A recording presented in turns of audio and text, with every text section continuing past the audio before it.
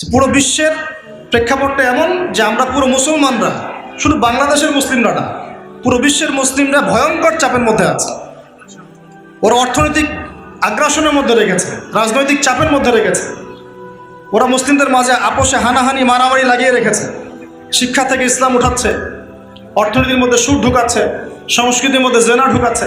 এই সময় বসে বসে আমরা আমাদের ভাইদের এই দোষচর্চা শুরু করেছি, এই সময় বসে বসে। তাহলে কত আনকালচার, কত আনসিভিলাইজড আপনি চিন্তা করেন। আমি শব্দ দুটো প্রয়োগ করার জন্য আমার ভুল হলো, আল্লাহর কাছে ক্ষমা চাচ্ছি, কিন্তু আমি শুধু আপনাদের বিবেককে নাড়া দেওয়ার চেষ্টা করছি যে এখন এটা সঠিক সময় নয়, এখন নয়। এটা সাহাবীদের যুগ নয়, এটা ইমামদের যুগ না, এটা মুহাদ্দিসের যুগ না, যে এখন একদম চুল ছেঁড়া বিষয়গুলোকে নিয়ে আমাদের একদম সবার মধ্যেই ফেরকাবাজি, বিভক্তি সৃষ্টি করতে হবে, ঐক্য বিনষ্ট করতে হবে। এটা সেই যুগ না, বরং এই যুগ তো এমন যুগ যখন 90% মানুষ সুদ খায়। তা আপনি যদি এতই মানুষের ভুল চর্চা নিয়ে ব্যস্ত থাকেন, তাহলে পলিটিক্যাল অ্যানালাইসিসগুলো করেন, দেখি কত বড় সাহস। চাইনিজদেরকে নিয়ে সমালোচনা করেন, দেখি কত বড় সাহস। এগেনস্টে কথা বলেন, পশ্চিমাদের এগেনস্টে কথা বলেন, ইসলামের মূল শক্তি, ইসলামের মূল শত্রুদের গোড়ায় গিয়ে কথা বলেন, সুদভিত্তিক ব্যাংকিং সিস্টেম নিয়ে কথা বলেন, পেপার মানি নিয়ে কথা বলেন, সামনে যেটা ইলেকট্রনিক ক্রিপ্টোকারেন্সির সুদ আসতেছে বিশ্বের উপরে, এটা নিয়ে কথা বলেন। জালের জন্যে রাষ্ট্র প্রস্তুত করে ফেলেছে, ওইটা নিয়ে কথা বলেন। অগণিত শিশুকে হত্যা করা হচ্ছে, এটা নিয়ে কথা বলেন। মা বোন থেকে তুলে তুলে রেপ করা হচ্ছে, এটা নিয়ে কথা বলেন। সারা বিশ্বে একটা অঘোষিত ক্রুসেড লঞ্চ করেছে ওরা, ওদের এগেনস্টে কথা বলেন। আপনার কথা কি শুধু আলেমদের বিরুদ্ধেই, মুসলিম ভাইয়ের বিরুদ্ধেই? মুসলমানরা কে কোন দোষ করলো এটা খুঁজে বের করে আপনার কাজ বা আমাদের কাজ? আমি কোনো ইন্ডিভিজুয়ালকে উদ্দেশ্য করে কথা বলছি না, আমি ওভারঅল আমাদের সাইকোলজিক্যাল কথাগুলো বলছি। আমাদের সাইকোলজি এমন কেন হল? মূল শত্রুদেরকে চিনতে শিখি না কেন? মূল সমস্যাগুলো ফাইন্ড আউট করি না কেন? ওইগুলো নিয়ে কেন কথা বলছি না? ওইগুলো নিয়ে ফেসবুক কাঁপায় ফেলেন, আমি একটাও মন্তব্য করব না, শুধু এতটুকু কথা বলছি। এভাবে যদি গাজা ইস্যু নিয়ে সবাই দিনের পর দিন ফেসবুক গরম করে রাখতেন, হয়তো বা এখন কিছু হলেও করতে পারতাম। ওই এটা তো করলেন না, 2 দিন 3 দিন মায়া কান্না দেখালেন, বাস সবাই তো বন্ধ করে দিলাম কথা বলা। তারপরে এখন একটা একটা করে ইস্যু তৈরি করছি যেন ওইটা কোনো বিষয় না। স্ক্রল করব, দেখবো হ্যাঁ এতজন মারা গেছে, 11,000, কালকে 11,500, কালকে 12,000, ব্যাস।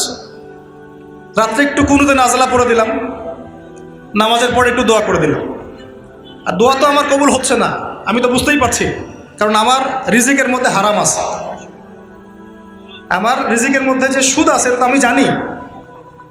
কেউ মুক্ত নই, আল্লাহ পাকের কোনো পরোয়া নাই যদি বাংলাদেশের মানুষ দিন কায়েম না করে। যদি বাংলাদেশের মানুষ দিন না পালন করে, দিন পালনের, প্রচারের, প্রসারের, কায়েমের প্রচেষ্টা না চালায়, আল্লাহ পাকের কিচ্ছু যায় আসে না। মক্কাবাসী কবুল করে নেই, আল্লাহর কিছুই যায় আসে নাই। আল্লাহ পাক মদিনাবাসীকে তৌফিক দিয়ে ধন্য করেছেন। ইসলামের ইতিহাসের প্রথম ইসলামিক স্টেট মক্কা নয়, প্রথম ইসলামিক স্টেট মদিনা। দারুল আরকাম ছিল যেমন মক্কায়, মদিনায় গিয়ে নবী সাল্লাল্লাহু আলাইহি ওয়াসাল্লাম আগে মসজিদে নববী নির্মাণ করলেন। জ্ঞান চর্চা, ওই যে প্রথমে বলেছি ইলমের চর্চা, কিন্তু ফাংশন চেঞ্জ হলো। কীরকম চেঞ্জ হলো? দারুল আরকাম শুধু দিনী জ্ঞান শিক্ষা, তাসকিয়া, দাওয়াত, এই মেহনতের একটা মার্কাজ ছিল। কিন্তু মসজিদে নববী শুধুমাত্র দাওয়াতের মার্কাজ ছিল না, বরং ওই মার্কাজ থেকে জিহাদের মুভমেন্টগুলো হয়েছে। পার্থক্য বুঝতে পারছেন? ওইখানে মসজিদে নববী কিন্তু শুধুমাত্র দাওয়াত, ইলমের প্রচার প্রসার, তাসকিয়ার মার্কাজ নয়। ওখান থেকেই পররাষ্ট্র নীতি অবলম্বন করা হচ্ছে, ওটা একটা সংসদের রূপে কাজ করছে। কোন জায়গাটা? নববী, মসজিদে নববী। এখন অবশ্য এটা নাই, এখন অবশ্য এটা অ্যাজ এ পার্লামেন্ট কাজ করছে না। করছে কি? রাসূল সাল্লাল্লাহু আলাইহি ওয়াসাল্লামের যুগে সেখানে দিনের জ্ঞান শিক্ষা দেওয়া হতো, দার্স হতো, মানুষ ইতিকাফ করতো, সালাত করতো, তিলাওয়াত করতো, জিকির করতো। পাশাপাশি ওইখান থেকেই সামরিক বিষয়গুলো মীমাংসা করা হতো, সৈন্য পাঠানো হতো, দাওয়াতের মেহনত হতো, ওখান থেকে জিহাদের মুভমেন্ট হতো। এখন কি সেটা হচ্ছে? তাহলে ফাংশন পার্থক্য বুঝতে পারলেন? মদিনা হলো প্রথম ইসলামিক স্টেট। তারপর নবী সাল্লাল্লাহু আলাইহি ওয়াসাল্লাম রাষ্ট্রটাকে ঢেলে সাজালেন। প্রথমে আনসার আর মুহাজিরদের মধ্যে ভ্রাতৃত্বের বন্ধন সৃষ্টি করলেন। কেন এটা জরুরি? কারণ জনগণের মাঝে যদি ঐক্য না থাকে, আপনি জনগণকে নিয়ে দিন কায়েম করতে পারবেন না। এটার অভাবেই তো আমরা ভুগছি। এই কারণেই তো পারছেন না বা পারছি না। পারবেন কিভাবে? আমরাই তো আমাদের শত্রু হয়ে গেছি। আমরা এমনভাবে আমাদের শত্রু হয়ে গেছি যে মনে হয় যে কারো মান সম্মান হানি করাটাকে মানুষ সোয়াবের কাজ মনে করে, তাই না? কোন এক ভাই একটা ভুল করেছে মনে করেন, হতেই পারে, বা পাপও করেছে মনে করেন, পাপ করতেই পারে। তো প্রথম দায়িত্বটা আমাদের এখন হয়ে গিয়েছে এই যুগে এসে, ওই পাপটাকে সরোয়ার্দী উদ্যানে গিয়ে 1 লাখ মানুষকে জড়ো করে বলতে হবে যে আমার অমুক ভাই আব্দুল্লাহ এই পাপটা করেছে। ওই সরোয়ার্দী উদ্যান হচ্ছে এখনকার ফেসবুক। বোঝাতে পারছি না মনে হয়।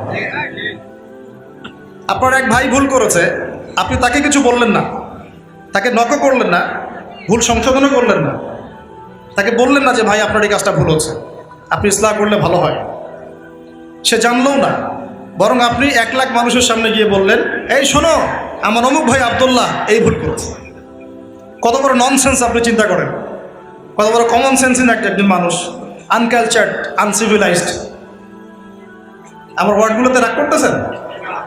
এক ভাই, ওই যে ভাই মাথা নাড়ছেন, ধরেন মনে করেন, এক্সাম্পল দিচ্ছি যে ভাই একটা ভুল করেছে, নাকি কেউ ভুল করবে না? এমন একজন মানুষ দেখান, একজন আলেম দেখান যিনি ভুল করেন নাই। সাহাবীদের যুগে সাহাবীদের দ্বারা ভুল হয়নি, হয় না? তো নবী সাল্লাল্লাহু আলাইহি ওয়াসাল্লামের কোনো সাহাবী যখন ভুল করতেন, নবী সাল্লাল্লাহু আলাইহি ওয়াসাল্লাম নিশ্চয়ই মিম্বরে দাঁড়িয়ে বলতেন নাউজুবিল্লাহ যে শোনো, আমার অমুক সাহাবী এই ভুল করেছে, বলতেন? বরং সর্বোচ্চ তিনি বলতেন কিছু কিছু মানুষ এরকমটা ভাবছে, এটা বলতেন। কিছু কিছু মানুষ এই কাজ করছে, তারা যেন এই কাজ থেকে বিরত থাকে। কখনো বলতেন না যে আমার অমুক সাহাবী, এই শোনো অমুক তুমি এই কাজ করেছো। আজকে আমরা পুরো আনকালচার্ড, অসামাজিক। কিছু মানুষের অ্যাক্টিভিটিস দেখলে মনে হয় ফেসবুকে যে উম্মতের ভুল ধরার দায়িত্ব তাকে দেয়া হয়েছে, আর তাকে মনে হয় ইলহাম করা হয়েছে তো খুঁজে খুঁজে বের করবা যে আলেমগণ, দায়ীগণ, পীর সাহেবরা, হ্যাঁ, মুরব্বিয়ানে কেরাম, আমাদের ওলামায়ে কেরাম, কে কোন জায়গায় কি ভুল করলো সেটা তুমি সবার আগে দেখবা, সবার আগে ফেসবুকে এসে বললাম। যে সবার আগে বলতে পারবে তার জন্য 1000 নাকি, দ্বিতীয়বার যে বলতে পারবে তার জন্য 900 নাকি, তৃতীয়বার বলতে পারবে তার জন্য 800 নাকি। ভাবখানা এরকম আর কি, পুরা আনকালচার্ড মানুষ। অথচ যার ব্যাপারে সমালোচনাটা হচ্ছে তাকে কিন্তু সে গিয়ে ইনফর্ম করে নাই যে ওস্তাদ বা শায়েখ বা ভাই এই প্রবলেমটা হচ্ছে, আপনি কি এটা সলভ করবেন কিনা, বা পরের লেকচারে বলে দিয়েন, বা পরের অ্যাক্টিভিটিসে আপনি এটা ক্লিয়ার করে দিয়েন। এই জিনিসটা আমাদেরকে অসামাজিক বানিয়ে ফেলছে, অসামাজিক। ভাবখানা এমন যে সর্বপ্রথম যদি আমি ভুলটা ধরতে পারি তাহলে আল্লাহর কাছে বহুত বড় মর্তবা পাবো, এবং জনসমক্ষে এটা প্রচার করাটা বড় নেকির কাজ। এর দ্বারা উম্মতের বড় খেদমত হয়ে যাচ্ছে। আদতে কি হচ্ছে শোনেন, আদতে আম জনসাধারণের ইসলাম চর্চা, ওলামায়ে কেরাম, বক্তা, দায়ীদের সম্পর্কে বিরূপ ধারণা সৃষ্টি হচ্ছে। এটা বোঝার মতো হিকমত আল্লাহ আপনাকে দেয় না। কারণ নাম শুধু সুপুরুষদের মতো রাখলেই তো হয় না, ভিতরটাও সুপুরুষের মতো হতে হবে। বাইরে ভাবখানা দেখলে মনে হচ্ছে যে আমরা আমাদের তাকওয়া পরহেজগারিতা জাহির করার জন্য ফেসবুককে পেয়েছি। ফেসবুকে সবাই খুব পরহেজগার, খুব আল্লাহওয়ালা, সারা জীবনে যা করুক না কেন ফেসবুকে খুব পরহেজগার মশা, ওখানে কোনো পাপই নাই। ভাবখানা এরকম আর কি। এতে কি হচ্ছে জানেন, আল্লাহ রাব্বুল আলামিন আপনার সম্মান কমিয়ে দিবেন, এবং যে ব্যক্তির নামে আপনি এই গীবত রচনা করছেন সে যদি অপরাধী না হয় তাহলে কাল কিয়ামতের মাঠে আপনার ভয়াবহ অবস্থা হবে, মারাত্মক অবস্থা হবে। ওই দিন এই ঋণ আপনি শোধ করতে পারবেন না। মাঝখান থেকে এতগুলো কেন কথা বললাম জানেন? উম্মার ঐক্য বিনষ্ট হচ্ছে এই অসামাজিক কাজগুলোর কারণে। আমরা উম্মাকে ঐক্যবদ্ধ করার আপ্রাণ চেষ্টা চালাচ্ছি, কিন্তু কিছু কিছু মানুষ সিলি কিছু বিষয় নিয়ে মানুষকে ব্যস্ত করে রাখছে। এগুলো কোনো তানহাউনা আনিল মুনকার হচ্ছে না, এটা অসৎ কাজে নিষেধ নয়, বরং এটা আপনি ফাসাদ সৃষ্টি করছেন। ঘরের সমস্যা ঘরে সলভ করতে হয়। আপনার যদি ওয়াইফের সাথে কোনো প্রবলেম হয়, আপনি কি এখন এই ওয়াজে এসে বলবেন যে আমার ওয়াইফের সাথে আমার এই সমস্যা হয়েছে, শোনেন ভাই ভাই আপনারা শুনেন, আমার ওয়াইফের সাথে আমার বহুত সমস্যা চলছে, আপনি কি এখানে এসে কথা বলবেন? ঘরের সমস্যা ঘরে সলভ করবেন। সলভ না হলে ইসলামী শরীয়ত মোতাবেক রাস্তা আছে, ওই রাস্তায় যাবেন, বাস হয়ে গেল। প্রত্যেক আলেমের বিরুদ্ধে, প্রত্যেক বক্তার বিরুদ্ধে, প্রত্যেক দায়ের বিরুদ্ধে এক শ্রেণীর মহল কাজ করতেছে। তো এগুলো আসলে কাজ করে না কাজ করায় কেউ, এটাও একটা প্রশ্নবোধিত বিষয়। আমার তো মনে হয় কিছু মানুষ ইচ্ছাকৃতভাবে কাজ করায় এর পিছনে। নবী সাল্লাল্লাহু আলাইহি ওয়াসাল্লাম মদিনায় গিয়ে প্রথম মসজিদ নববী নির্মাণের পরেই আনসার আর মুহাজিরদের মধ্যে ভ্রাতৃত্বের বন্ধন স্থাপন করেছে। এই ভ্রাতৃত্বের বন্ধন যতদিন পর্যন্ত আমরা স্থাপন করতে পারবো না, এই গরম গরম লেকচার দিয়েও কোনো লাভ নেই। মন ঠিক কর, কলবটা ঠিক করি ভাই, কলব ঠিক করি ভাই।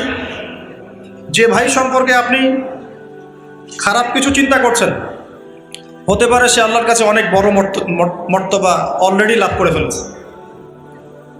কাল কিয়ামতে সিংহায় ফুৎকার দেওয়ার পরে আপনার আমার কি অবস্থা হবে, এটাই ফিকির করার বিষয়। ও কি করলো, ওর কি পরিণতি হবে, এই জাজমেন্ট করার দায়িত্ব আল্লাহ আপনাকে দেন নাই। আমরা তো এমন হয়ে গেছি যে মানুষকে নিজে আল্লাহর আসনে বসে জাজ করা শুরু করে। ব্যাপারটা বোঝেন, নিজে আল্লাহ পাকের জায়গায় গিয়ে মানুষকে জাজ করা শুরু করতেছে। অনেকে তো আছে কথায় কথায় মানুষকে কাফের ফতোয়া দিয়ে ফেলছে, তাই না? কথায় কথায় মানুষকে জাহান্নামী বানানোর চেষ্টা করছে, এটা এই এটা সেই, ও এমুক। যতক্ষণ পর্যন্ত না সে ব্যক্তি বলে আরে ভাই আমার ভুল হয়েছে, আমি জাহান্নামী হয়ে গেছি, আমাকে মাফ করেন, ততক্ষণ সে ক্ষান্ত হচ্ছে না।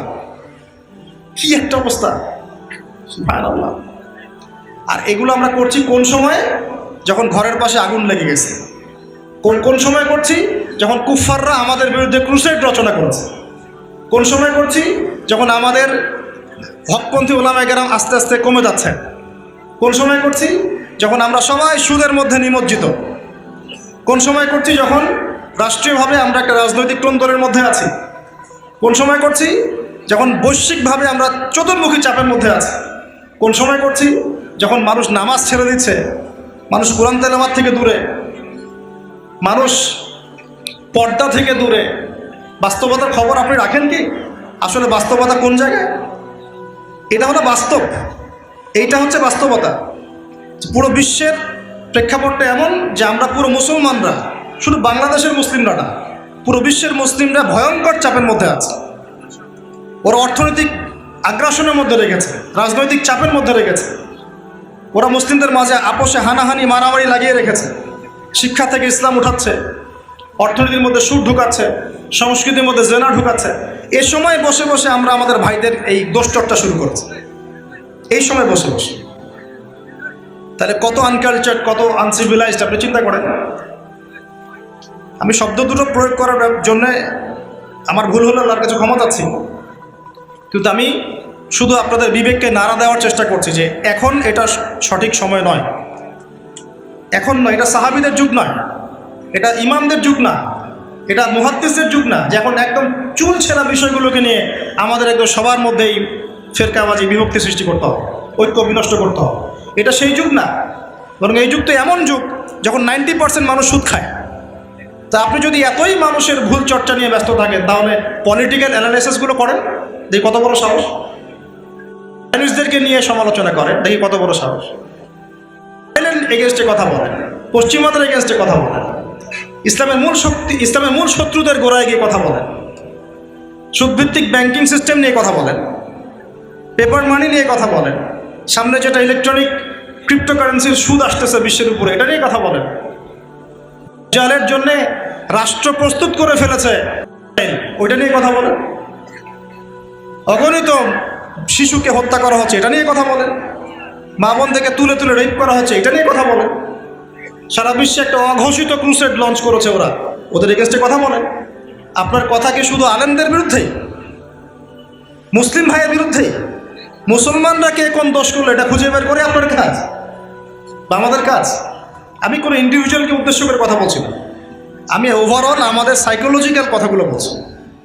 আমাদের সাইকোলজি এমন কেন হল মূল শত্রুদেরকে চিনতে শিখি না কেন? মূল সমস্যাগুলো ফাইন্ড আউট করি না কেন? ওইগুলো নিয়ে কেন কথা বলছি না?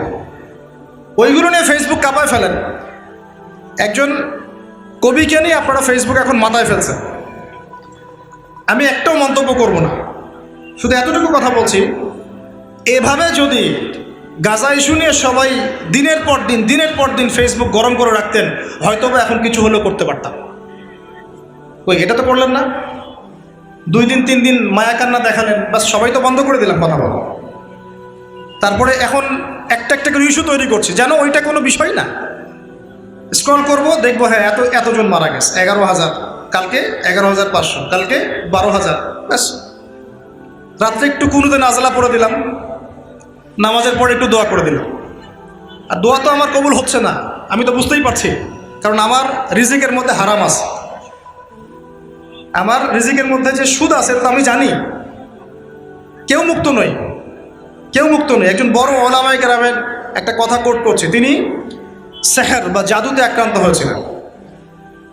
আর এটা কিন্তু এখন একটা খুব কমন ট্রেন্ড হয়ে গেছে, তাবিজ করে মানুষকে, তাবিজ করে। আর যারা করে তারা কিন্তু কাফের হয়ে যায়। ভুলেও এই পথে পা বাড়াবেন না, কখনো না। আর যদি কেউ আক্রান্ত হয়ে যান তাহলে শরিয়া সম্মত চিকিৎসা পদ্ধতি আছে, ইনশাল্লাহ আল্লাহ পাক আপনাকে শেফা দিব। মানুষের বদনজরও লাগে, যে আপনাদেরকে নিষেধ করি এতগুলো ফোন বন্ধ করেন, মানুষের বদনজরও লাগে। এগুলো সত্য, এগুলো কোনো গালগল্প নয়, এটা নবী সাল্লাল্লাহু আলাইহি ওয়াসাল্লামের জীবনেও হয়েছে। তো ওই আলেম বলেছিলেন, আমরা বলছিলাম ওস্তাদ আপনি এত বড় আলেম, আপনার সাথেও এটা হতে পারে, এটা তো মানা যাচ্ছে না। তো তিনি বলছিলেন যে আমরা তো বুঝতে পারছি যে আমাদের শব্দ অকবুল হচ্ছে না, কারণ আমাদের রিজিকের মধ্যে তো সুদ ঢুকে গেছে। কে মুক্ত আছে? তো যে মূল জায়গাটা আসি ভাই, মূল জায়গা হচ্ছে এখন এগুলোর সঠিক সময় নয়, এখন উম্মাকে ঐক্যবদ্ধ করার সময়। আর ঐক্যটা বাহ্যিকভাবে হবে না সব সময়, আপনাকে মন থেকে আগে ঐক্যবদ্ধ হতে হবে। আগে মন মানসিকতা ঠিক করি যে আমাদের হকপন্থী ওলামায়ে কেরামরা সবাই হকের উপর আছেন। কারো মধ্যে একটা মাসআলা নিয়ে ইখতিলাফ থাকতে পারে, তার মধ্যে থাকতে পারে, বাট তারা দুজনেই হকের উপর আছে। আমরা তাদের দুজনের মধ্যে পার্থক্য করব না, 4 জনের মধ্যে পার্থক্য করব না। মনে করব যে হ্যাঁ তারা সবাই যার যার ইস্তেহাদে আছেন, সবাই হকের উপর আছেন, আমরা সবার সাথে আছি, সবাইকে শ্রদ্ধা করি, ভক্তি করি, সম্মান করি। যখনই আপনি পক্ষপাতিত্ব করতে যাবেন, বিভক্ত হয়ে যাবেন। আর কারা হকের উপর আছে এটার জন্য সিরাত আছে, কোরআন আছে, হাদিস আছে, এবং বরেণ্য উলামায়ে কেরামের সোহবত আছে। এর মধ্য দিয়ে আমরা জানবো, বুঝবো ইনশাআল্লাহ। এই বুঝটা তো আমাকে অর্জন করতে হবে। আল্লাহ পাক কি আমাকে গরু ছাগল করে পাঠিয়েছেন? আমি তো ইনসান, আমার তো বুঝ আছে, আমার তো বিবেক আছে। আল্লাহ পাক আমাকে জ্ঞান দিয়েছেন, পড়াশোনা করার তৌফিক দিয়েছেন। আমি স্টাডি করে গবেষণা করে দেখব কোনটা হকের বেশি কাছাকাছি। তো পয়েন্টে আসি, অনেক লম্বা হয়ে যাবে না হলে। আল্লাহ নবী সাল্লাল্লাহু আলাইহি ওয়াসাল্লাম ভ্রাতৃত্বের বন্ধনকে গুরুত্ব দিয়েছে, আমরা এটা দিব তো ইনশাআল্লাহ। অনলাইন থেকে যতটুকু পারেন দূরত্ব অবলম্বন করেন, যতটুকু প্রয়োজন এতটুকু নেবেন, বাকিটা ছেড়ে দিবেন। আর তোমরা যারা যে টিকটক করো, ফেসবুকিং করো, ইউটিউবিং করো, তোমাদের যদি দিনের জ্ঞান না থাকে এই কাজ করতে যাবে না।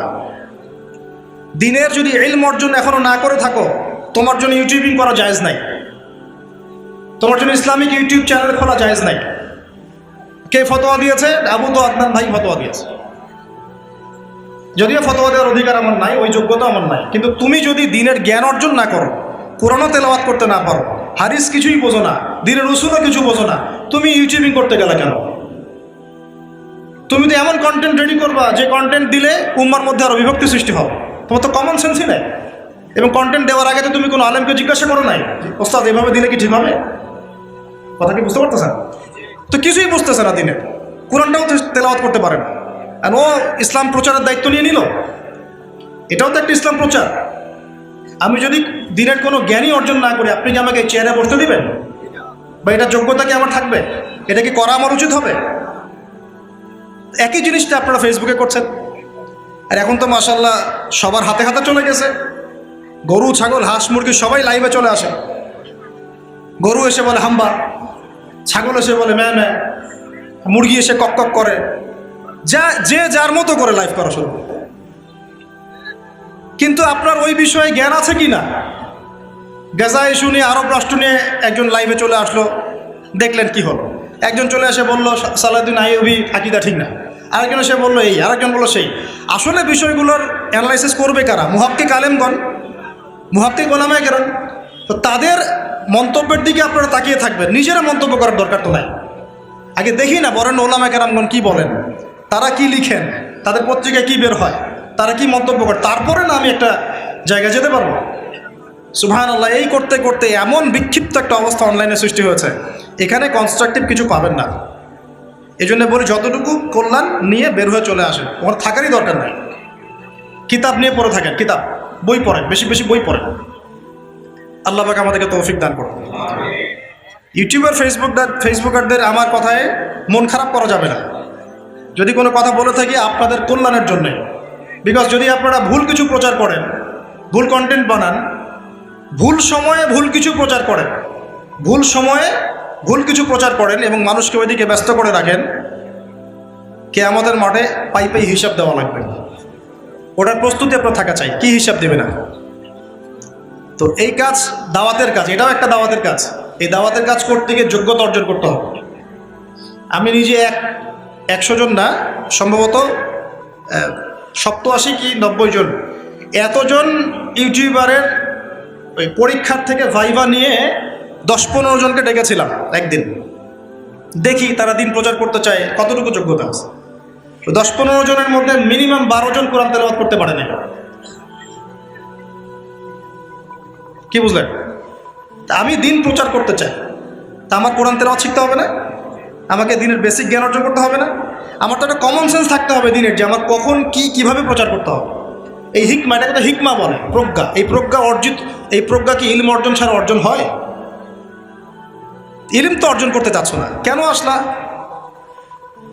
এটা আর্নিং সোর্স? দরকার নেই তো আমার আর্নিং সোর্সের।